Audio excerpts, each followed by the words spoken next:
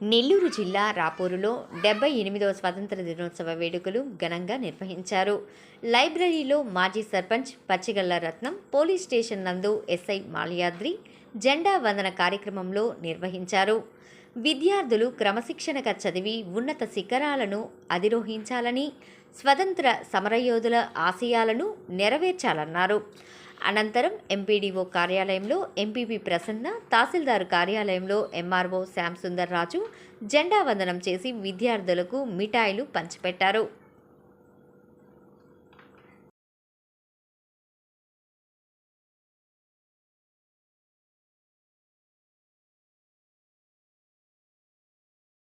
దినోత్సవం ఎందుకు చేసుకోవాలి అంటే, ఇది మన ఒక ప్రపంచంలోనే ఇప్పుడు రానున్న తరుణంలో మనం అన్ని రంగాల్లో కూడా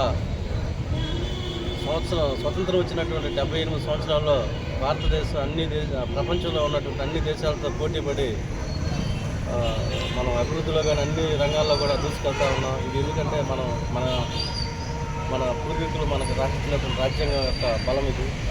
అన్ని దేశాల్లో కూడా మన ఉన్నటువంటి రాజ్యాంగం ఉన్నటువంటి దృఢమైన రాజ్యాంగం ఎక్కడా లేదు. మన దాంట్లో ఒక మతం కాదు, అన్ని కులాలు అందరూ కూడా, అన్ని మతాలు, అన్ని కులాలు, అన్ని ప్రాంతాల్లో కూడా ఎవరికి వాళ్ళ హక్కులు ఉన్నాయి. అంత ప్రశాంతంగా ఎదుగుతున్నాం.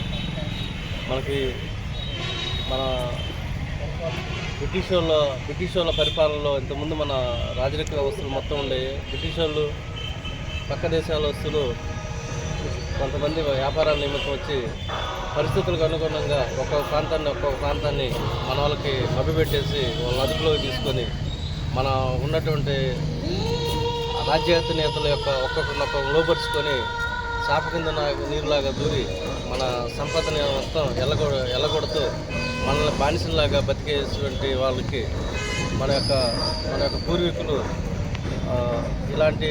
ఈ విధంగా చేయడం చాలామందిని ఎన్నో లక్షల మంది ప్రాణాలు తెగించి స్వతంత్ర ఉద్యమం కోసం పోరాడి, ఆ పోరాటానికి మన యొక్క భారత సైన్యం, మన యొక్క భారత పోరాట యోధుల యొక్క పోరాట విధ్వంసాన్ని వాళ్ళు తట్టుకోలేక మనకి 1947లో ఆగస్టు 14 అర్ధరాత్రి స్వతంత్రం వచ్చేసి పారిపోయారు. అప్పటి నుంచి మనం ఈ స్వతంత్ర దినోత్సవాలు జరుపుకుంటూ ఉన్నాం.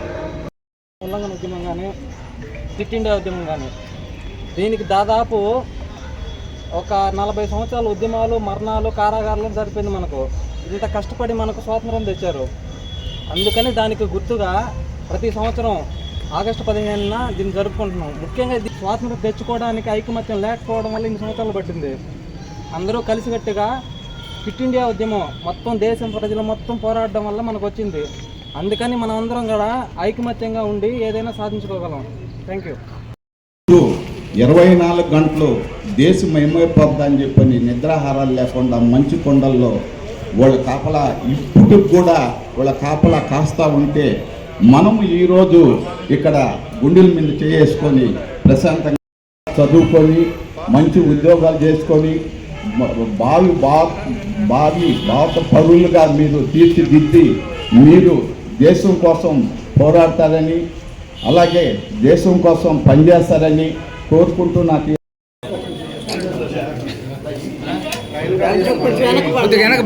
పిచ్చకారా ఆవు చెబుతారా జిల్లానే కడు కడు అంతే. ఓకే,